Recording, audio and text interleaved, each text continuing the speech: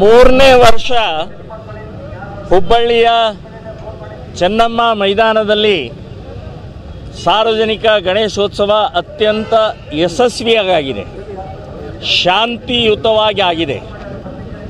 So ನಾವು ಹಿಂದೂಗಳು ಶಾಂತಿ ಪ್ರಿಯರು, ಸೌಹಾರ್ದ ಪ್ರಿಯರು, ಯಾವುದೇ ಗದ್ದಲ ಗೊಂದಲ ಗಲಾಟೆ ಇಲ್ಲದೆ ನಮ್ಮ ಸ್ವಭಾವವನ್ನು ಇಲ್ಲಿ ತೋರಿಸಿದ್ದೀವಿ. ಸಾಕಷ್ಟು ಜನ ಇಲ್ಲಿ ಆದರೆ ಗಲಾಟೆ ಆಗತ್ತೆ, ಬಹಳ ದೊಡ್ಡ ಗಲಭೆ ಆಗತ್ತೆ, ಬೆಂಕಿ ಹತ್ತತ್ತೆ ಅಂತನ್ನುವಂಥದ್ದು ಇತ್ತು. ಅದೆಲ್ಲ ಸುಳ್ಳಾಗಿದೆ. ಸೊ ಮೂಲತಃ ಹಿಂದೂಗಳು ನಾವು ಶಾಂತಿ ಪ್ರಿಯರು ಅಂತನ್ನುವಂಥದ್ದು ಒಂದು ಸಂದೇಶವನ್ನು ಹುಬ್ಬಳ್ಳಿಯ ಚೆನ್ನಮ್ಮ ಮೈದಾನದ ಮೂಲಕ ಒಂದು ಸಂದೇಶವನ್ನು ಕೊಟ್ಟಿದ್ದೀವಿ.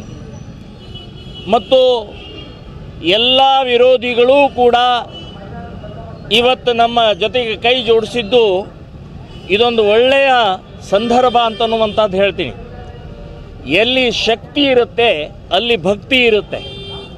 ಸೊ ಹಾಗೆ ಇವತ್ತಿನ ಈ ಚೆನ್ನಮ್ಮ ಮೈದಾನದ ಒಂದು ಉತ್ಸವ ಅತ್ಯಂತ ಯಶಸ್ವಿಯಾಗಿದೆ ಅಂತನ್ನುವಂಥದ್ದು ನಾನು ಹೇಳ್ತಾ ಇದ್ದೀನಿ. ಇದರ ಜೊತೆಗೆ ಇಡೀ ಕರ್ನಾಟಕದಲ್ಲಿ ಸರ್ಕಾರ DJ ಹಚ್ಚುವ ಬಹಳ ಕಿರಿಕಿರಿ ಕೊಡ್ತಾ ಇದೆ, ಬಹಳ ತೊಂದರೆ ಕೊಡ್ತಾ ಇದ್ದಾರೆ.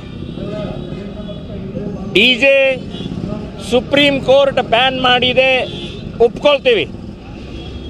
ಆದರೆ ಅದೇ ಸುಪ್ರೀಂ ಕೋರ್ಟ್ ಮಸೀದಿಯ ಮೈಕ್ ಸಂಬಂಧಪಟ್ಟಾಗೂ ಕೂಡ ಅದನ್ನು ಹೇಳಿದೆ. ಬೆಳಗಿನ ಜಾವದ ಆ ಪ್ರಾರ್ಥನೆಯ ಮೈಕನ್ನು ನಿಲ್ಲಿಸಬೇಕು ಅಂಥೇಳಿ ಸುಪ್ರೀಂ ಕೋರ್ಟ್ ಹೇಳಿದೆ. ಅದನ್ನು ಸರ್ಕಾರ ಅದರ ಬಗ್ಗೆ ಯೋಚನೆ ಮಾಡೋದಿಲ್ಲ, ಅದರ ಬಗ್ಗೆ ಕಾನೂನು ಕ್ರಮ ತಗೊಳ್ಳೋದಿಲ್ಲ, ಅದರ ಬಗ್ಗೆ ಸುಪ್ರೀಂ ಕೋರ್ಟಿನ ಮಾತನ್ನು ಹೇಳೋದಿಲ್ಲ.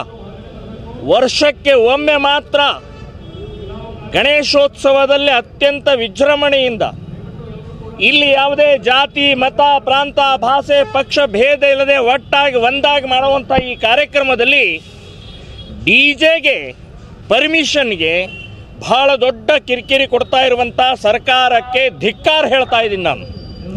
ಸೊ ನಾನು ಹೇಳೋದು ಅದನ್ನು ಕಾನೂನು ಪಾಲಿಸಿ, ಇದನ್ನೂ ಕಾನೂನು ಪಾಲಿಸ್ತೀವಿ ನಾವು. ಮಸೀದಿಯ ಮೈಕಿನ ಸಂಬಂಧಪಟ್ಟಾಗ ಮಾತನಾಡದೆ ಬಾಯಿ ಮುಚ್ಕೊಂಡಿರ್ತೀರಿ, ಇನ್ನು ನಮ್ಮ ಹಿಂದೂಗಳ ಹಬ್ಬಕ್ಕೆ ಮಾತ್ರ ನಿಮ್ಮ ಕಿರಿಕಿರಿ ಯಾಕೆ ಅಂತನ್ನುವಂಥದ್ದು ಕೇಳ್ತೀನಿ. ನಾನು ಎಲ್ಲ ಕರ್ನಾಟಕದ ಎಲ್ಲ ಗಣೇಶ ಮಂಡಳಿಯವರಿಗೆ ಹೇಳ್ತಾ ಇದ್ದೀನಿ, DJ ಒಂದೇ ಅಲ್ಲ, ಡಬಲ್ DJ ಹಚ್ಚಿ ಆನಂದವಾಗಿ ಮಾಡಿ ಅಂತನ್ನುವಂಥದ್ದು ನಾನು ಆಹ್ವಾನ ಕೊಡ್ತಾ ಇದ್ದೀನಿ.